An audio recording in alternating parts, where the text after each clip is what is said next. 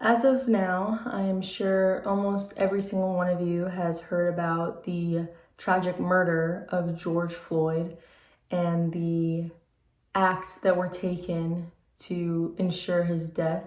And I'm also sure that you have been aware of the amount of petitions that have been signed, donations, and awareness that is being raised, not just for George Floyd, but for police brutality and the systemic racism in general.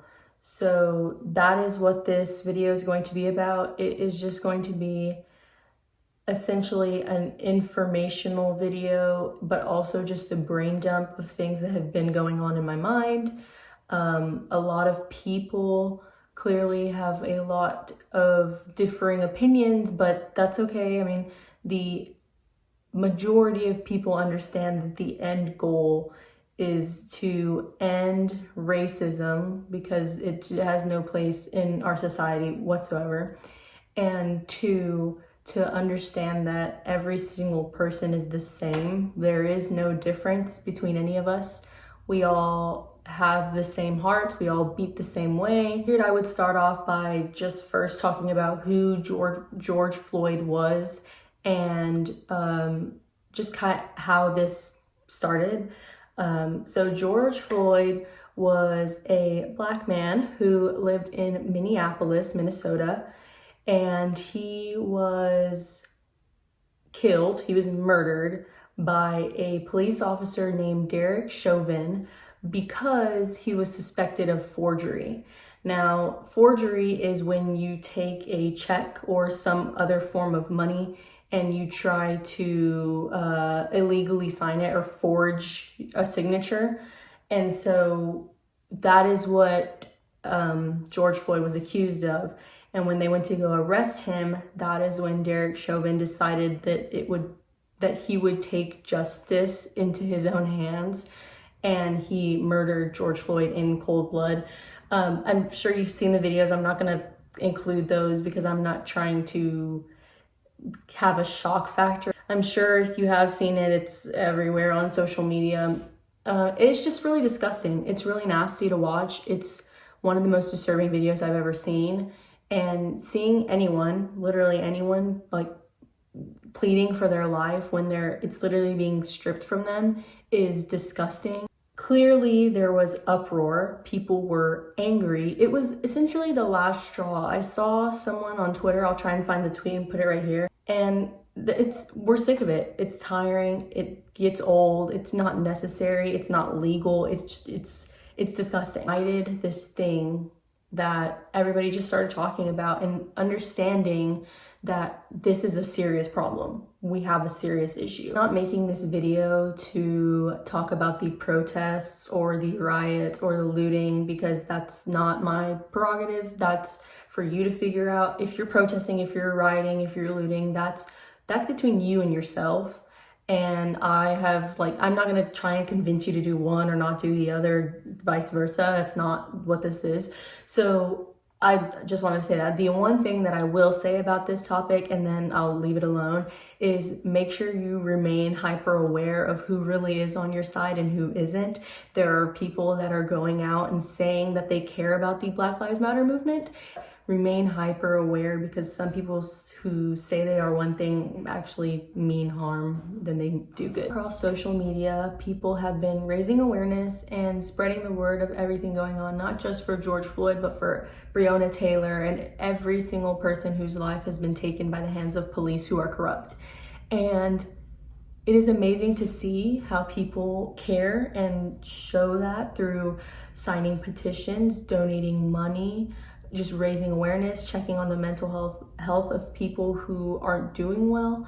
It's truly amazing. And one of the things that was talked about that I've posted on my story, if you follow me on Instagram, is the importance of voting. That was something that really stuck with me from the beginning, not even just from George Floyd, but just from every other person whose life has been stripped from them, is who the police are at fault because they're the ones that do this. When you go down to it, you have sheriffs, you have local mayors, you have governors at the state level, you have all of these people that we vote for. We don't vote for the police, yes, I understand that, but you vote for your local people. You vote for your mayor, you vote for your representatives, you vote for your senators, you vote for your governors, you vote for all of these people.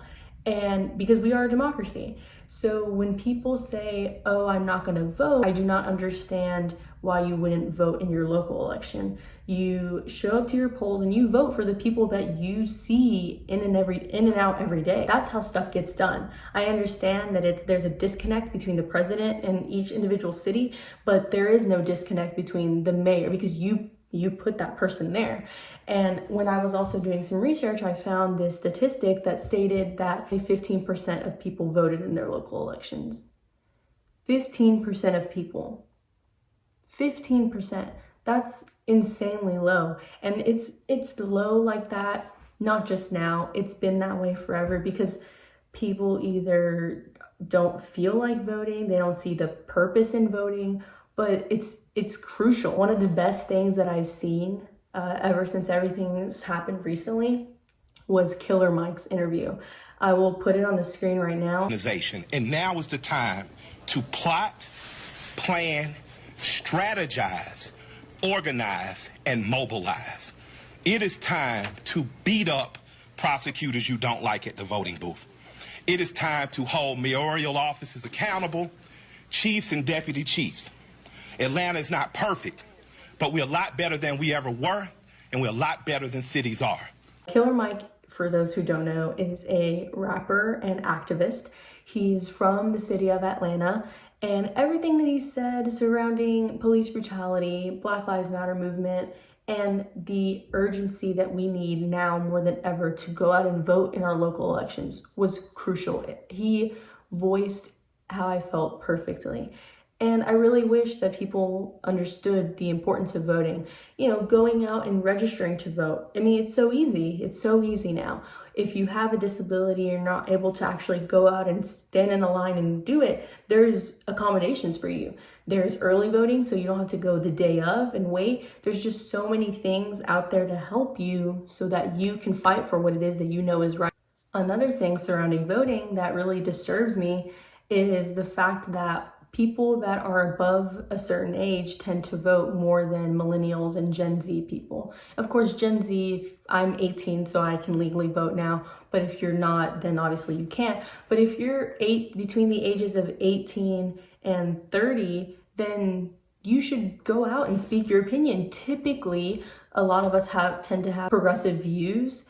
In 2016, for the presidential election, between people from the age of 18 to 29, only 47% of them voted. And you're like, oh, well, that's only half, almost half, but that's not enough. I mean, think of if we had 60 something percent, think about it. And so that was from 18 to 29. If you were between the age of 30 and 44, 59% of people voted. If you were between the age of 45 to 64, 67% of those people voted. And then if you were 65 or older, 71% of those people voted. And we constantly see on social media teens and people in their 20s talking about how, oh, these older people, they just have such old and antique and just old beliefs. But if you don't vote, then it doesn't matter because they're the ones that are showing up at the polls. Clearly, this might be controversial, but I truly, genuinely do believe this. If you do not go out and vote, even if it's just in your local elections, then why are you complaining? That is how stuff gets done. We are in a democracy. You put the people there that you want to put there. You fight for what it is that you want to fight for. And so if you say, oh, it's not worth my time, I don't really want to, I don't have time, when you are given 3 or 2 weeks in advance to go vote, that's on you. And then you can't complain when something that you wanted to happen doesn't happen. Entire past week and a half to 2 weeks and the years that this has gone on, it gets tiring. I know it does. People get tired of seeing people, innocent people die at the hands of authorities, people that don't need to be in power.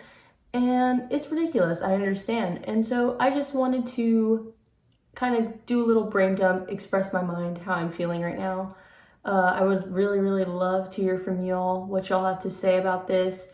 Anything, just message me. Everything will be in the description bar.